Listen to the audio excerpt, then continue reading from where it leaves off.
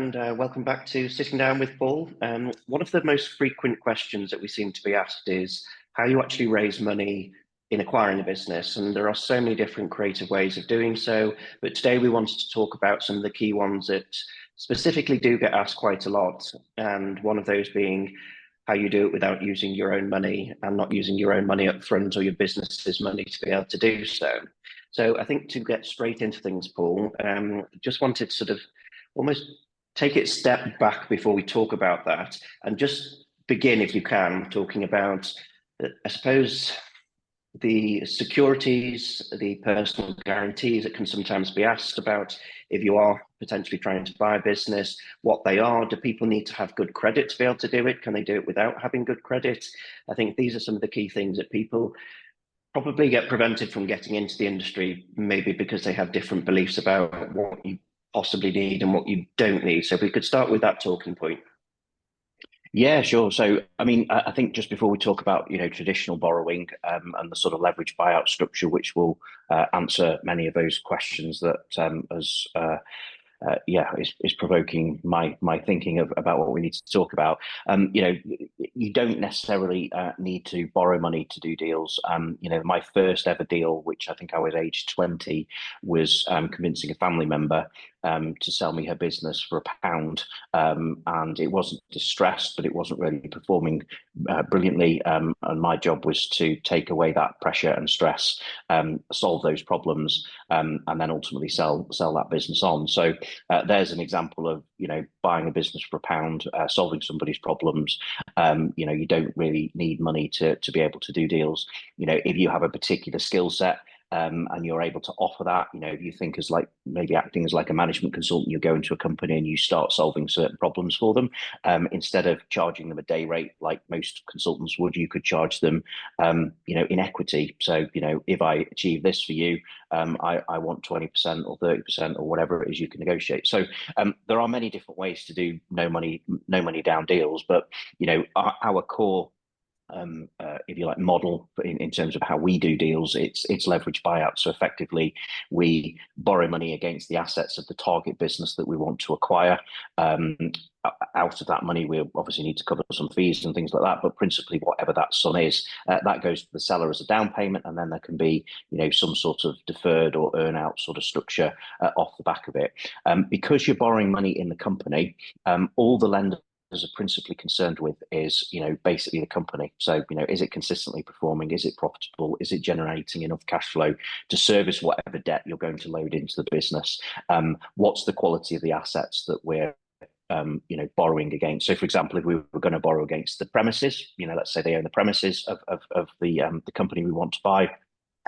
We could borrow money against that property. So the lender's going to look at, what's the condition of the property? Is it in good order? Has it been maintained?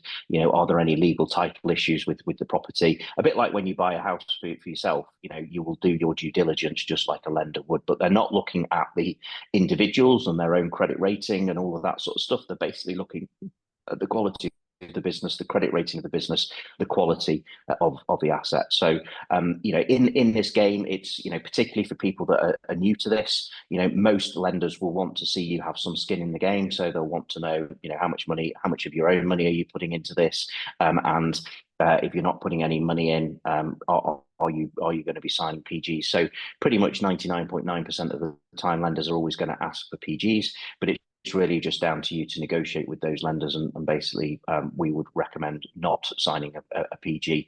And really it's about how you then package it up. So, basically putting the deal in front of 2 or 3 lenders, negotiating with them and trying to get the best terms, which could include, making sure that, of those 3 offers that you might get, that one of them is without a PG.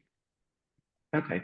So when we look at asset-based lending and invoice financing, which is 2 quite sort of key ways of being able to raise money, how does that work? What sort of typical percentages would people be able to raise against the assets? And also, what are those potential assets that people can raise against? Yeah, so I would say invoice finance is probably the easiest type of leverage to basically get one of these deals away. Effectively, what a lender is looking for is the quality of the customer base. Can they get credit insurance against them? Is it non-contractual debt? I mean, you can get invoice finance for contractual debt, but they don't really like it. So by that I mean, if you are a business that invoices clients for let's say you're a construction business, for example, and maybe you take a deposit off the customer for the project, and then you have to hit certain milestones, and when those milestones are hit, that then means you can invoice them for some more money, and that is classed as contractual debt. And invoice financiers don't really like that type of debt because it means that potentially, that debt could be disputed. Maybe you don't deliver on the project, maybe you're behind with the project, maybe that causes you to have to refund the customer something. So they're not going to want to let you borrow against those types of invoices. But if you're just a really simple business where, let's say, you manufacture and sell widgets, you make the product, you ship it to your customer, you send them an invoice, and then they pay you in 30 or 60 days time, that's non-contractual debt, and that's really simple to fund. And you can borrow 80, I've even done deals where we've borrowed 91% of the invoice receivables. That's quite unusual. As a typical sort of range, you can normally borrow 70 to 80% of non-contractual invoices. If it's contractual debt or something associated with construction, then generally it tends to be more around 50%. And then the lenders are looking at, your client base. Are they creditworthy? Can you get credit insurance? Are you set up as a business to be able to have invoice finance in place? So, there's two different types of invoice finance you can get. You can get invoice discounting, which effectively is the customer doesn't know that you're factoring those invoices. You're just, raise the invoice, borrow the money against the invoice, and then your job is to credit control and call the customer and make sure they pay on time. So they want to make sure you've got good credit control facilities in place. If you didn't have that, then you can have invoice factoring, which effectively the client, the customer, does know that you're using invoice finance, which possibly has some negative connotations. People think that if you're using invoice finance, maybe you're in financial trouble. You're not. It's just a working capital facility. So yeah, there's two different types, and really that's what the lenders are most concerned with. If we looked at other types of finance, you can borrow against plant and machinery. So let's say you're an engineering business or a manufacturing company, you've got some expensive kit in your factory. You can borrow money against that, anything between 33 and 75, 80% of that value. And you can do that either on a sale and leaseback arrangement where you effectively sell the equipment to the lender, and then the lender gives you the money and then you pay a rent for it. Or you can just borrow money against it, a bit like how hire purchase works. You still own the asset, but you have finance on it, and you obviously have to pay that down. And from real estate, from a borrowing perspective, you can do between 50 and 70% normally, possibly 75% in some cases. Against the value of the property, and you can do that on an interest-only basis, which is always good for cash flow. Or you can be a little bit more creative and maybe do like a sale and lease back. So find an investor, they acquire the property, they pay 100% of the value for it, you give that to the seller, and then you enter into some sort of lease back arrangement where you rent the premises from that investor, and that creates passive income for them.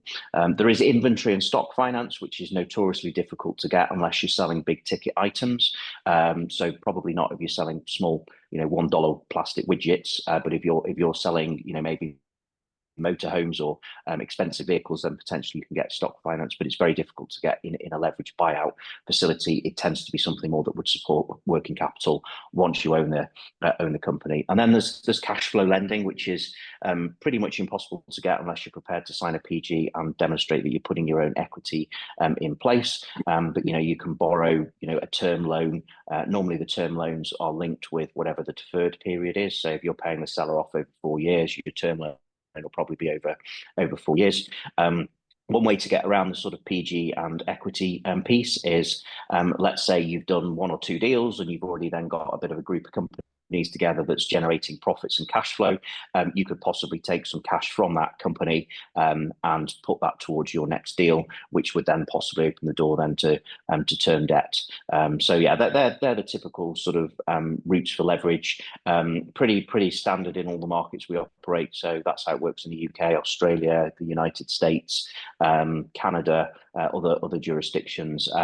There is also in the US SBA loans, so Small Business Administration loans, where again, if you're a US resident and you're able to demonstrate that you're putting equity in, then you can borrow an SBA loan. They are relatively easy to get if you meet that criteria, but generally the amounts that you can borrow compared to sort of traditional leverage funding is usually quite insignificant. So we tend to find when we're working in the US, whilst SBA loans are something that we could look at, we tend to use those more traditional forms of leverage that we've just discussed. Okay, so I did want to talk about some of the more creative ways that we can sort of put deals together, but just to highlight some of the things that we come up against when we sort of get past that sort of process. Partly is deal day and professional fees, and moving on from there, getting onto debt covenants. So if we start with deal day, can you just sort of walk us through the transactional process that you obviously get to go through? Where does that money sort of come from? Who receives it? Who pays it out? Who's involved with that as well? So the professional fees, whether it's lawyers, accountants, what does that process look like? And also, can you relate it back to the costs involved as well? Yeah, sure. So, yeah, I always describe deal day as, it's supposed to be really exciting. I'm not wanting to sound arrogant in any way, but it's almost like an anticlimax because you've worked through a really lengthy process. You've done so much work to get to this point, and it's almost like all that happens on deal day is money's transferred, and then you become the new owner. And it's almost like, all that work for this. Effectively, how funds flow on deal day will be mainly governed by the lender. So different lenders have different policies, and it also depends on the lawyers in terms of sort of tax structures and all that sort of stuff. But what happens most of the time is, by the time you get to deal day, you've done your due diligence, you've satisfied yourself, you've done all your financial modelling to make sure that this is all affordable. You've written the business plan, you've got the right people in place that are going to, deal with the sort of day-to-day running of the business. And of course, you've gone through the whole legal exercise of drawing up contracts and all of that sort of stuff. So on deal day, you sign the contract, the lawyers confirm when all parties have signed the contract, and then funds can be released. You're borrowing money in the target, so you're leveraging the assets. So generally that process tends to happen a couple of days before completion day. So, they start to look at, putting the funds into the lawyer's account. The lawyers then hold the funds on an undertaking. So basically the lawyer has to confirm back to the lender on completion day that, everything that needs to have happened has happened, i.e. we've all signed the contract, all the documents have been executed properly, and then the lender will give their authorization for the funds to be released. Our lawyer sends the money to usually the seller's lawyer, and then the seller will distribute whatever funds to the seller, less obviously whatever their fees are. In terms of the fees that we incur, generally, well, obviously we would borrow enough money, not just for whatever we need to give the seller on deal day, but also to cover the professional fees as well. So whatever funds are sent to our lawyer, some of those funds are sent to the seller's lawyer for the seller payment, but some of those funds are then used to pay off some of those fees. So, normally the fees that you incur are lending fees. So, there's probably some arrangement fees. If you're using a finance broker, you've got to pay them. There'll be the lawyer fee. Possibly if you've needed to involve an accountant for sort of financial modelling work, there'll be them to pay. And the way that we operate with our professional advisors is we work on a contingent fixed fee basis. So unless the deal happens, we're not going to incur any costs. So they're incentivized to basically get the deal done. Whilst it's not uncommon, particularly for sellers, to see legal fees stretching into six figures, typically when we're working with professional advisors, you're probably looking at somewhere between 10 and 15 grand. So this is in US dollars for a lawyer, an accountant, probably somewhere between 3 and 5. 1,000. Arrangement fees will be usually a percentage of whatever it is you're borrowing, normally subject to a minimum of probably 50k, but it can be as much as 100k depending on how much you're borrowing and the size of the deal. But again, all of those things are factored into the calculations of, we borrow enough to cover all of those fees, the professional fees, the seller payment, and then the future cash flows of the business will then service the repayment and the interest on that debt, but also pay any future deferred payments that you may have agreed with the seller. Okay. So when borrowing money, you often have to deal with something that's called debt covenants. Could you just explain what that is, and how they affect your ability to actually operate your business after the acquisition stage? Yeah, so the debt covenants basically are, the conditions really of around how you're going to really run the business, and typically what lenders will look for is a debt service coverage ratio. So, if you have this amount of cash flow every year in the business, how much of that is used to service the debt, so not just the lender's debt, but maybe also any seller financing, and they'll want to keep that within a certain range. Sometimes you might have covenants like you have to keep a minimum amount of cash in the business, or at the end of the month you need to demonstrate that your bank account has a minimum amount in it. You might have to meet certain ratios around EBITDA. So normally when you're applying for finance, you have to produce a business plan and a detailed financial model, which is going to show how you're going to grow the business. And the lender is likely to use those figures to basically set their debt covenants. So, effectively, it's like, this is my budget. These are the numbers I've got to hit. And, you have to hit those numbers for the, to basically meet those debt covenants. So, when we're putting together forecasts, we're always doing more of a pessimistic view, because we want to factor in what if something goes wrong, what if a key member of staff leaves, what if we lose a contract. So we generally tend to produce a number of different models, best case, worst case, middle of the road case. And generally when we're working with the lenders, we're sort of talking more about the pessimistic case. We still need to demonstrate that the business is going to grow, but it might not be as optimistic as maybe we might think, if we take advantage of all the opportunities and everything that comes together. And then some of those debt covenants might then be negotiable, some might not be. It really depends on the individual lender and their credit policies, and what's acceptable to them, and what's not. And generally, you tend to find that the lenders will meet with you regularly. Sometimes it's monthly, sometimes it's quarterly. So they'll have a review. You'll need to report to them every month. So you'll have to fill in probably some paperwork, some spreadsheets, produce some management information, accounts, etc., and share with them so that they can keep monitoring that you're falling in line with the terms of whatever it is you've borrowed. Okay. So if you've got to this sort of stage and you can't quite raise all the money that you need, this is where seller finance can come in. Can you just explain exactly how seller finance works, and how that is sort of with the situation at that sort of later stage as well? Yeah, so seller financing is effectively the seller taking the role of the bank. So you can use a mixture of borrowing the money from the bank in the way that we discussed, and then some of the purchase price could be on a deferred basis, i.e., you're going to pay the seller off over a period of time, or you could even structure the deal where there's absolutely no lender involved and the only lender really is the seller, and you could have the whole deal based purely on seller finance. That's quite hard to pull off in some places, but we find that seller financing is more widely known and expected in, say, the US, for example, more so than the UK.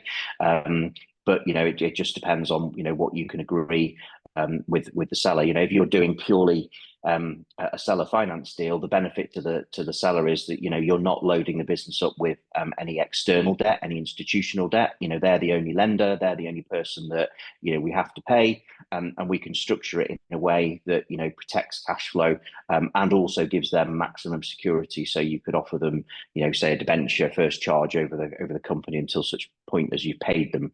If a bank is involved, then they're going to always be the first charge holder. So any security you offer to the seller would have to sit secondary to that. So one of the benefits of a fully seller finance deal is that they can have the maximum security that you can offer, versus whatever we might give them as a sort of down payment, means that they're going to have to sit as second security, that second charge security. for their deferred. So it depends on their need for cash really on day one, and what they're prepared to compromise on, particularly around sort of security. So effectively, whilst no money changes hands, it's effectively a loan between the SPV. So you'll set up a new limited company that ultimately will become the vehicle that you use to buy the shares or stock of the target business. And let's say you're going to buy that business for $2 million. You might be paying them, I don't know, 800 grand on closing, which you're going to get from borrowing against the assets, and then you've got 1.2 million, which could be paid over a period of time. So effectively, a loan sits between the SPV and the seller, and then you will agree a payment schedule. So that could be monthly payments, quarterly payments, annual payments. You could possibly include conditions against it. So it could be more of an earn out. So, profits have got to be maintained, or the business has got to grow at a certain level to basically unlock those future payments. That will really depend on, what you negotiate with them. And then the funds to actually pay that come from the cash flow of the target business. And generally what we're trying to do in the deals that we structure is that we're not going to use more than 50% of the available cash flow to service the debt, including any seller financing. So if we were paying a seller, let's say $1 million in a deferred payment, and let's say the profits of the business are 500k, we would not use more than 250k of that business of those profits to pay that debt. So in that scenario, it would take us 4 years to pay off the seller. But that basically means that in the event that profits halve, so highly unlikely if you're buying a well-run, profitable, well-established business that comes with the continuity of a good management team that's going to stick around to run the company, then it's highly unlikely that profits are going to dive. If anything, they're hopefully going to improve. But in the case that profits dived and they halved, we would still be able to service the debt. So that's typically the sort of ratio that we would normally sort of look at, and that's typically how seller financing tends to work. And in terms of like getting the seller to accept that, ultimately it's a point of negotiation. It's about trust. They want to trust that you're going to pay them when you say you're going to pay them. So what track record have you got? Have you done this before? Have we ever defaulted on payments? They're going to want to probably ask all of those sorts of questions. So the benefit of, say, working with somebody like ourselves on a joint venture basis is that we've done over 100 transactions. So we can demonstrate past performance and past deals that we've done where things have all gone to plan. And that can certainly help in terms of getting sellers to accept that, and also explaining to them as well that, look, SMEs are very high risk. If you're a family-run business or you're an owner-operated business, there's a lot of goodwill tied up in the business owner. It's their relationship with staff, customers, supply chain. So when there's a change of ownership, those people could potentially get a bit jittery. Suppliers might think, oh, what's happening? Customers might decide to go somewhere else. Key staff might not like us as new owners. So I guess the reason why most SMEs don't sell, and those that do sell from a multiple, is and pretty much all deals are financed with some element of seller financing, is because of that risk. So ultimately, and lenders will look at it in the same way. So one way to justify it with sellers will be banks just aren't interested in lending much to these types of transactions because of that risk. So we have to ask you, Mr. Seller, to be the bank. So effectively, we put seller financing in, and we explain the benefits of all, how that works, and that they're going to get paid, etc., etc. Okay, so I know you sort of touched on security there, but it must be quite a big part when you're at this stage and you're trying to sort of get things closed. But whether it's the bank that's providing or whether it's the seller finance providing, what security are they going to be looking for? But also, I suppose, as a buyer, how do you actually protect yourself from that? I don't think you want to be exposed to too much risk, but if you're going into this for the first time, I'd imagine you could find yourself in a precarious situation if you weren't careful. Yeah, so I suppose a really simple sort of way to put this would be, pretty much every seller that you're going to talk to is going to want all of the money on closing, no deferred, no lending, and then they can just walk out the door and be done with it. And us as buyers, we want to do a no money down deal. We don't want to put any money into the deal. We want to pay everything over a period of time.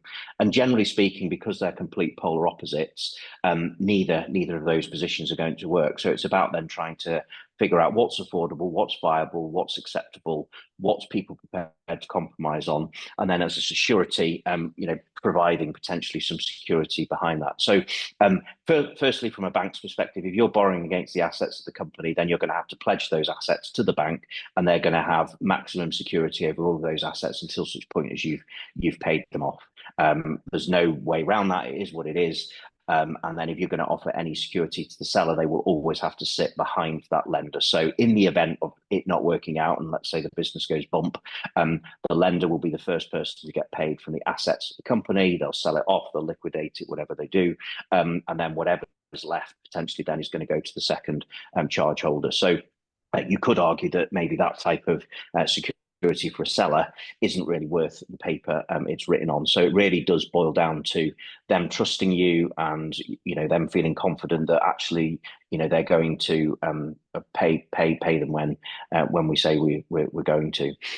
So the typical securities are a debenture. So a debenture is basically a fixed charge over a specific asset or maybe the whole company, and it basically says, look, in the event of a default, so you're not going to pay whatever's due when it falls due, then effectively what that debenture holder, so the lender, can do is they can basically repossess the business. So they can appoint an insolvency person. That insolvency person can then wind up the assets, collect the money in, sell the assets off, however they liquidate it, sell the business as a going concern, and then basically get paid whatever it is that they're owed. What you could also do is offer a share charge to the seller. So you could either do this at SPV level or at, the shares are in the actual target company, which effectively says in the event of a default, they can just basically take back the shares. And it's a really simple, very quick method for them to regain control back of the company should they want to. And then a further thing that you can offer would be to build into the actual sale and purchase contract protections for the seller. So a bit like how debt covenants work, you could say, for as long as I owe you money, we can't do these things. So it might be, a cap on dividends, management fees, not selling off any assets other than the ordinary course of business, no capital expenditure over a certain level. So you're sort of preserving the business during that period of time. You're running it similar to how they're running it. So, you're not basically putting anything at risk, and you're reducing the seller's risk. Just in more practical terms, though, I mean, generally when we buy a company, we tend to expect the seller to stick around for at least a year, in most cases longer than that, to effect a handover. So generally, if they're going to be involved for, say, 18 months, they're going to still be running the company during that time. And, yes, we're going to be succession planning and looking for somebody to take over from them. Maybe that's somebody from within the existing management team. But if that handover is done properly, let's just play devil's advocate and say we do a really terrible job. Well, for the first 18 months, if they're selling it as a good business and they're still running it just as the way they have done for the last 20, 30 years, then performance should remain pretty static. Let's say that we then take over and then we do a really terrible job of running the business, and performance starts to dive. Well, in a well-run, long-established company with long-established relationships with customers, staff, etc., if you're going to go in and do a bad job of it, it's not something that happens overnight. You probably in the best companies, it's going to take you 1 to 2 years to do a really terrible job before potentially you put that debt repayment at risk. So if most deals are structured over, say, a 3-4-year payment structure, each time a payment is made during the first 18 months, the seller's still running the company. If we go in and do a terrible job, well, it's going to take a while before performance starts to dwindle to a level that then causes us a problem. So, before you know it, you're 3 years into maybe a 4-year repayment plan.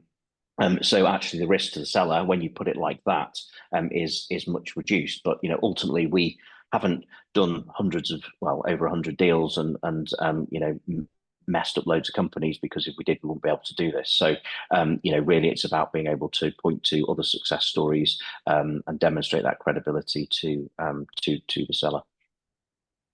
Okay. So when traditional leverage buyout options aren't maybe conducive, or maybe there's different ways of looking at things, what are some of those more creative ways of being able to sort of finance the deal? How can you sort of put them together, and also how do you proposition it? Because I think there is that misconception within the small and medium world that I don't know, somebody comes along, they write out a check for the full amount and they walk away and they buy their yacht and off they go. But how do you actually sort of have those conversations when you're trying to make something work in a more creative fashion? Yeah, so it does boil down to sort of fact finding really with business owners, trying to understand what it is that they're trying to achieve, and then you can come up with um, some sort of solution to that. So look, if they're of an age and they want to retire and they just want to sell the business, then your job is to convince them that you're going to do a good job of taking over the business, and offer them that exit, and trying to understand what that exit needs to look like for them.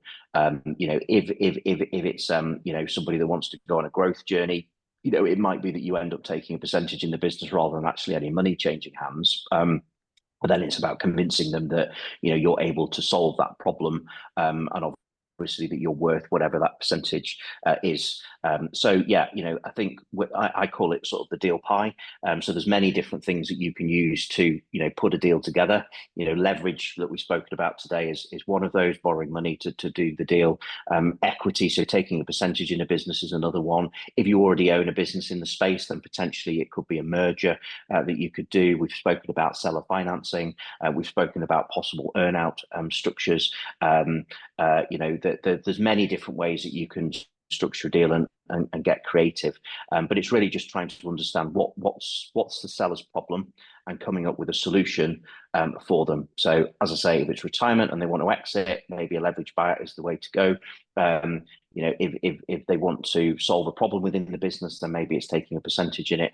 They're the sorts of tend to be the sort of more creative type structures. And some open questions that you can ask the seller to try and ascertain that is, you can ask them, if they're looking to sell, why are they looking to sell? Are they in a process already? Have they appointed anybody? Have they given any thought to what they want to sell the business for? Most of the time they won't tell you, but if you don't ask, you don't get. So, try and figure out what they're wanting to sell the business for.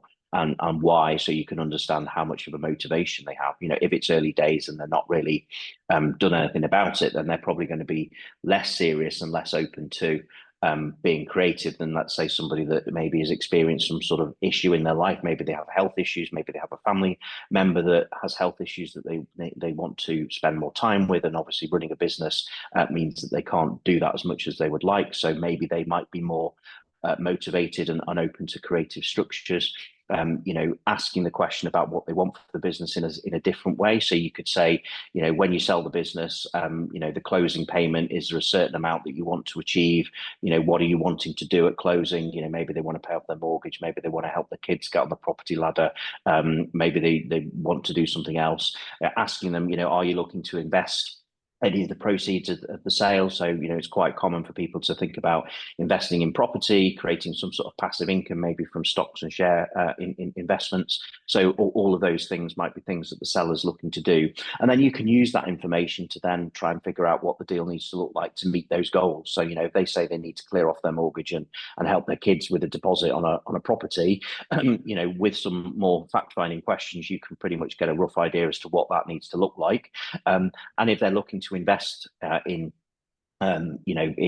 property, for example, well, instead of them having to deal with agents and tenants and all of the problems and hassle that come with that, what you might find alternative is to basically say to them, well, actually, I can give you an investment opportunity here where I can basically be the person that's going to pay you every month, every quarter, every year, whatever, and I'm going to pay you a certain percentage during that time. And that percentage might end up being more than what they would get from a rental, for example. So there's still the issue around trusting you that you're going to pay them and all of that sort of stuff. But you can see how you can obtain information and then use that to then create a solution for them. You've got them what they need for closing. You've got them the investment instead of having to deal with property rentals and all of that sort of stuff. Or if they're not wanting to sell and maybe they want to maybe go and buy some competitors but don't know how to do that, and you might be the expert to help them with that, well, you can take a percentage of those deals or a percentage of their company in return for doing that. Maybe that percentage gets higher with more acquisitions that you make, or if you're particularly skilled at a certain type of business process. So maybe you've got some software that can automate or make their business more efficient, or maybe you're a marketing wizard that could go in and make their business better, because you can bring some sort of skills or expertise to it. Then being able to take a percentage either upfront or earning that percentage. That they're all the sort of, I suppose, more creative ways that you can look at a deal. But really, it just boils down to figuring out what's the seller's problem. And then coming up with a solution to that, and building rapport and relationship along the way, so that if you are going to start talking about creative structures, you can do so from a position of strength. There's no point telling people that, I'll take a percentage of your business in return for doing this in the first conversation, because you haven't demonstrated that track record, that credibility, that expertise. So it does take quite a few conversations before you get to a point of being able to offer some sort of deal. Okay, so I wanted to talk about the lenders out there as well. So there is the tier one lenders, and I think we all know who they are. But I think a lot of people ask questions about, where are these specialist lenders? Where do you find them? And what do those specialist lenders actually look like? What do they do? How do you sort of approach them? And then relating those two types of lenders back to what they look for when acquiring a business. So the business plans behind it, the financial modeling that needs to go into it. Yeah, so tier one lenders are basically your traditional high street banks. So in the US, Bank of America, Chase, for example, in the UK, HSBC, NatWest, Australia, Commonwealth Bank, Westpac. They're your tier one lenders. Absolutely, you will not be able to do a leverage buyout, despite what those banks might tell you, despite what people might tell you. I've been there, done it, tried to do leverage buyouts with tier one banks, and quite a lot of the time they'll say, "Oh yes, we're up for this," but ultimately when it gets to their credit department, it's an absolute no. And the reason is it doesn't matter how many deals you've done, your track record, how good you are, your sector experience. Ultimately, you've never had experience of running this particular target business, so it just never ticks that box, and you will just not be able to get any form of leverage finance from them to support an MBI transaction. So MBI stands for management buy-in. So just absolutely not possible. The only way it's possible is, number one, if you already own a business in a particular sector that's very successful, and you already have a strong trusted relationship with a tier one bank, then potentially they will borrow to your existing, let you borrow money in your existing company, which you could then use to go and fund an acquisition. Then potentially you could do it that way. Or secondly, once you've done a leverage buyout with the more traditional lenders, which we'll talk about in a second, you could build that relationship with the bank over 12, 18 months and demonstrate that you are good at running the business and that you can do a good job. And then you can potentially go and refinance whatever the leverage was that you got in the first place to do the deal on much more favourable and cheaper terms. But that isn't usually an option for at least 18 months of demonstrating that you're doing a good job and you're hitting your debt covenants and all of that sort of stuff. So tier two, tier three type lenders are basically your traditional asset-based lenders. So generally, they don't tend to do all asset classes. They tend to specialize. So you might have one that does invoice finance, another one that does plant and machinery, another one that does commercial mortgages. Where do those people, where are those lenders? Well, we've been doing this for 14 years, and I guess we've figured out for the 32 different industries that we've been involved in, which lenders are right for which sectors and what they have appetites for and what they don't. And obviously, we've built trusted relationships over many years with those people. So we know, if we get a deal in construction, we know probably which lender we're going to go to and fund the deal with. If we're wanting to buy a recruitment business, we know who the specialist invoice financiers are for the recruitment industry. There are actually specialist ones that only deal with the recruitment industry. So it's really, if you're starting out, I guess it's maybe better to work with somebody like us on a joint venture basis where we've got those traditional relationships and we can tick that box, and raising capital is actually fairly straightforward for us. But if you're wanting to go out and do this yourself, then really it's about networking, finding out who these lenders are, start with Google, start with finance forums, talking to finance brokers, and sort of going from there. It's also an educational exercise because it can seem a bit alien to lenders when you say it's a no money down deal, I'm not putting any of my own money in, I'm not prepared to sign PGs. Most of them will tell you to go away and they're not interested. So you obviously have to overcome all of those things, principally through educating them what the model is, why you're doing it this way. Yes, you might not have physical skin in the game in terms of not putting your own money in, but the fact that you're putting your reputation at stake to do this type of deal, the fact that it's going to be blood, sweat and tears, your work, your livelihood, to do all of this, I think that's a good justification for saying that you have a lot of skin in the game, in fact, more so than just necessarily putting some cash in. And there are some of those specialist lenders that won't do deals with you if you're not prepared to sign PGs or sign or put some of your own equity in. So I guess it does take time to build up that sort of sphere of knowledge and education with those people, and then again, it's about relationships, with those people. And when you're packaging it up and you're either approaching lenders or you're going through a finance broker, you'll need to, there's four things really that they want to see. Number one is they want to see a business plan, so sense check that you've got a sensible plan for what you're going to do with this business. Number two, they're going to want to see a financial model, so that tends to be a very, very detailed, usually goes back 3 years and forward 5, and it's both basically like a weekly cash flow, P&L, balance sheet. So very, very detailed financial modeling. Takes a lot of time and effort to put that together. That's something that we will do with people that we work with on a joint venture basis. We have a finance team that can do all of that stuff. But yeah, quite a big piece of work. Number three is obviously the legal side. So they'll just want to make sure that whatever the contract is that you're signing is all present and correct and works. And then the fourth and final thing really is just generally looking at the deal as an overall and making sure that it all ticks all of the boxes. They're comfortable with the sector. It meets their sort of credit profile. For example, they're all the sorts of things that typically the lenders are going to want to sign off on. And then it's about putting that in front of 2 or 3 lenders and trying to play them off against each other. So it's really about negotiation, trying to get debt covenants that work for you, get terms and conditions that work for you. Okay, so before we wrap up, I think there's one question of curiosity that comes through quite a lot, because the community that you've built, there are people in different parts of the globe. So you started buying businesses in the UK before you branched out, but with all of this that we've talked about today, is there sort of fundamental differences between the different locations in the world that you sort of come up against when trying to do deals? Yeah, so my first deal was done in the UK. I was born and bred there. I don't live there anymore, but I obviously knew the market, and that's where it all started for me.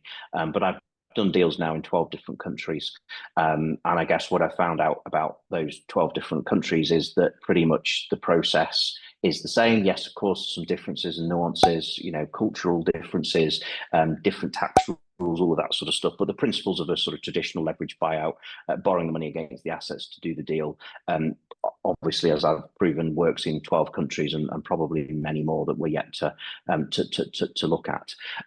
So, if you're getting into a new country or you're doing a deal for the first time, the 3 things that you need to figure out is, number one, the legal landscape. So is it legal to do a leverage buyout?